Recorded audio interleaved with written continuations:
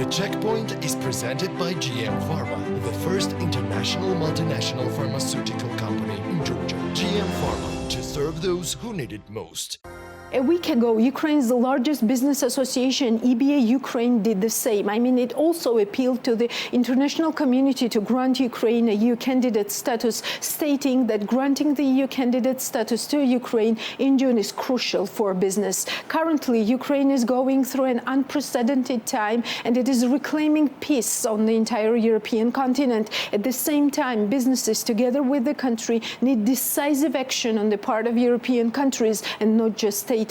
Business needs to see that the EU's doors are open to Ukraine. There must be a clear signal that confirms the European prospects for our country. Recognizing Ukraine as a candidate for EU membership would be such a signal, reads the statement. According to EBA Ukraine, candidacy and the further accession to the EU are the best frameworks for the post-war recovery of the country and business. Ukraine has been an important player in the European market. It remains so even now, and EU integration is a logical continuation of this role. Besides, it will help lift the spirits of Ukrainian and international businesses operating in Ukraine so that they can stay afloat, jumpstart to a new level of development, and participate in the reconstruction. After all, investments in reconstruction will be most effective if it happens under European standards and with the participation of the EU, reads the statement. Ukraine is a huge opportunity field, namely in agriculture, IT, which currently grows by 20 to 25% annually, mechanical engineering, food and processing industry, metallurgy, and so forth. About 70% of Ukrainians have higher education. Over the past decade, Ukraine's FDI has reached nearly 35 billion USD. For many years, the European Business Association has been supporting and promoting the importance of harmonizing domestic norms, rules, and procedures with those of the EU at maximum. The whole business community looks forward to European leaders granting the EU candidate status to Ukraine in June. That would be the only right decision for the welfare of entire Europe, prosperity of democracy, freedom, and development. Sure, it is a long process, but Ukraine has already proved more than once that it deserves to set foot on the path toward full EU membership, and at the same time, rapid pace as Ukraine is reclaiming its future today, we will fulfill all the requirements for Ukraine to become an EU member, reads the statement. I talked to Derevyanko, chair of the EBA Ukraine, on the expectations that the business community in Ukraine have towards gaining candidacy status. For example, in Ukrainian reality, we see certain standards for living, and we can show off very good digital services, very active environment, very creative people, and they are ready to give birth to really wonderful, bright, and prominent projects. Whereas when you cross the border of Ukraine and the European Union, even many Ukrainians, they notice the difference in terms of the whole ecosystem, the whole infrastructure, which is being supported by European Union. And this is new standards, new way of doing things. And how will it work in case Ukraine will get this European perspective?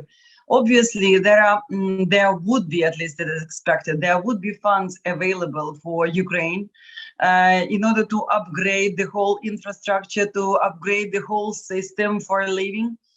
And it means that there will be a combination of resources to be used, both from stakeholders on the governmental level, and also in case it will be unblocked and unleashed for Ukraine. Obviously, private investors would team up with that, and they will also follow the way of governmental stakeholders.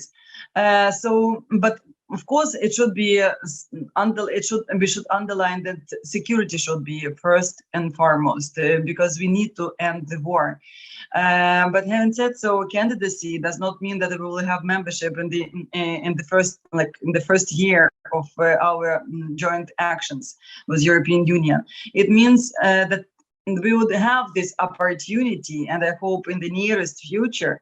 But it does not mean that that during the war period of time, we would get this membership. At least I do not believe that it will happen, but maybe I'm mistaken. I guarantee that it will not be political decision.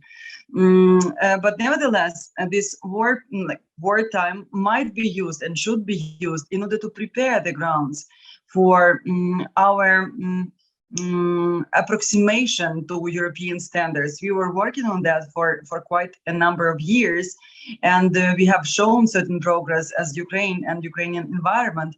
But obviously, there are lots of other things which needs to be done in order to to fill the gaps in the legislation, which is still missing of European origin, but nevertheless we will be able to make it done in order to be fully prepared when the political decision for entering the EU will be achieved. We will be more than prepared to make it done. So that's why I would say this wartime can be used both for preparation purposes, for strategic thinking as well, for planning how we should be advanced as the society, as the country. It should be used in order to prepare the grounds for our cooperation between businesses of European Union and also Ukraine. And also there should be actually quite big portion of financial resources unblocked in order to allow real improvement of infrastructure, which is actually ruined, not because of our actions, but this is ruined because of aggressive actions of the neighboring country. As Anna told me in this online interview, the whole business community in Ukraine understands what could be potential benefits stemming from gaining EU candidate country status. Now, for example, EU, from what I understand, they also would like to lift all customs duties and quotas for Ukrainian products, for Ukrainian output, without any exclusion, which is already a huge step forward. And this is, when it comes to the candidacy status and future perspective of membership for Ukraine, it would mean that this kind of liberalization would be just fixed legally for long term. And that would mean that Ukrainian businesses and even international businesses operating in Ukraine would have full freedom to develop in secure environment.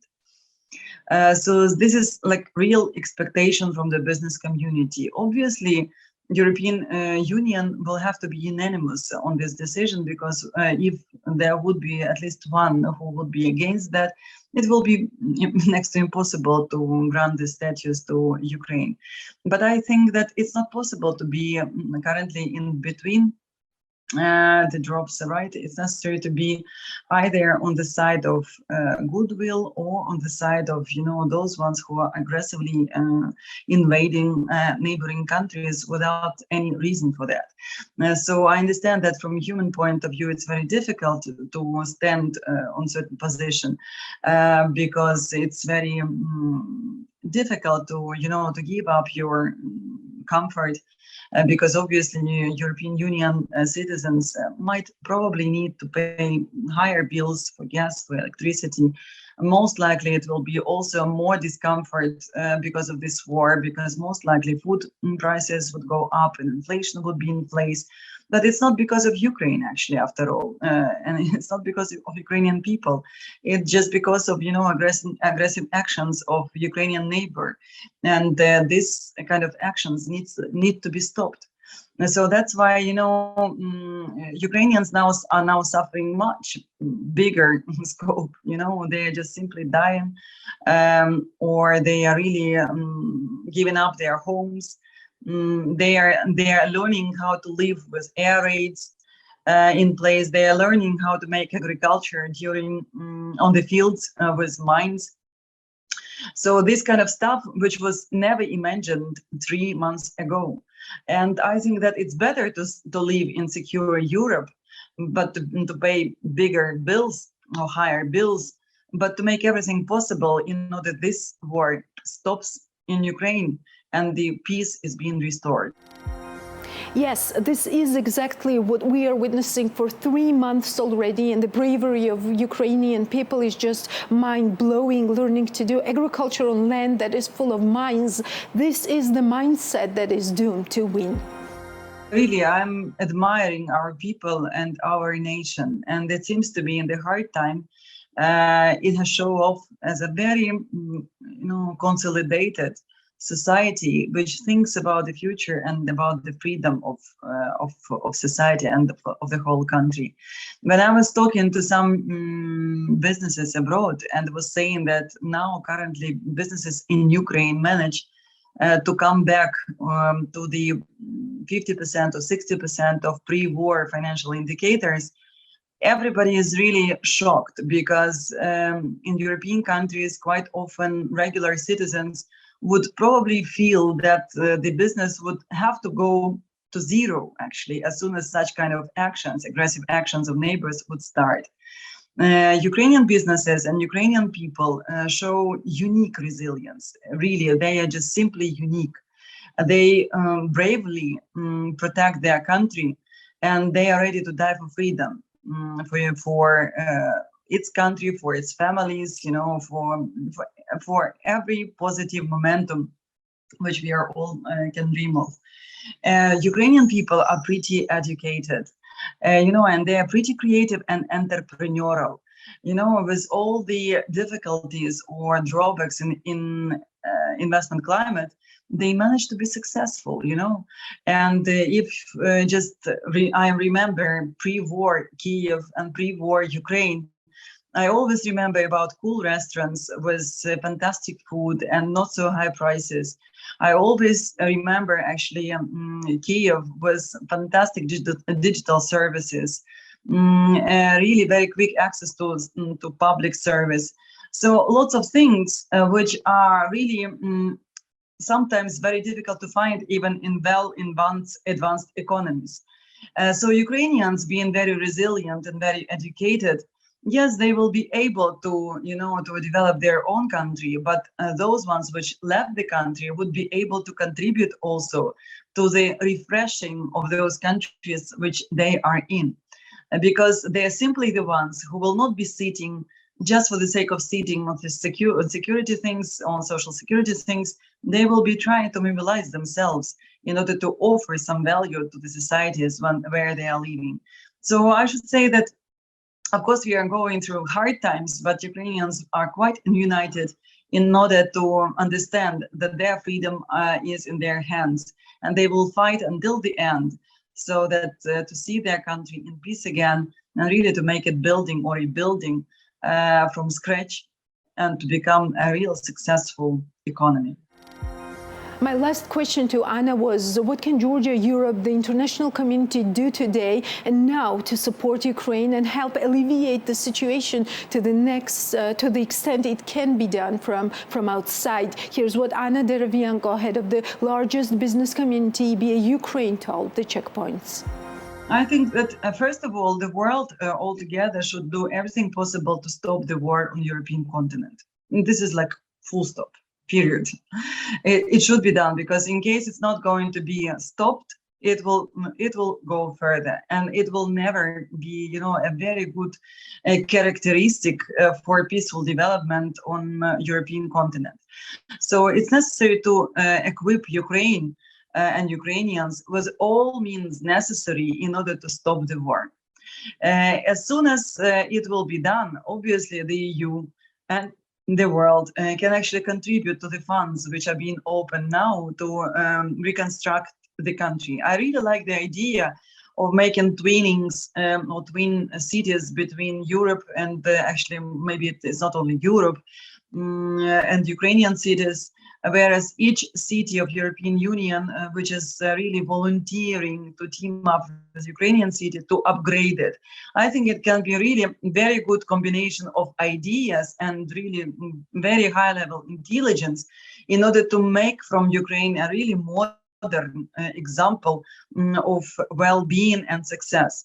So this can be done for sure. The second, I think that it's possible what the world and EU can do.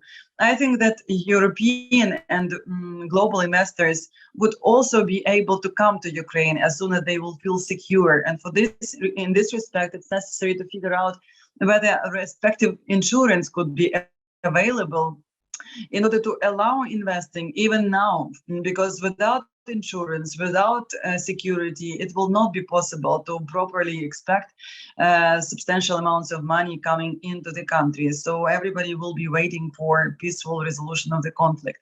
But nevertheless, in case it would be insurance in place, I guess some funds, both from private investors and the state-owned state institutions, would be coming to Ukraine. So this is second block of things which could be done. Third, I guess it's necessary to continue what the world is doing and the EU is doing, but just it's necessary to have more unity inside the European Union in terms of equipping Ukraine with weapons and everything possible in order to allow Ukrainians to stop aggressive actions of neighboring country.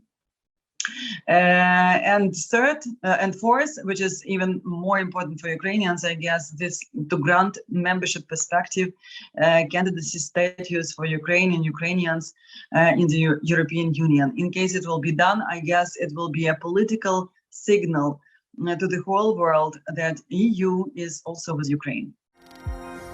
Yes, this is what the three countries are waiting for today, a goodwill from the EU to grant EU candidate country status to Ukraine, Moldova, Georgia, understanding completely that Ukraine is the locomotive today, Moldova and Georgia, two wagons. The Checkpoint is presented by GM Pharma, the first international multinational pharmaceutical company in Georgia. GM Pharma, to serve those who need it most.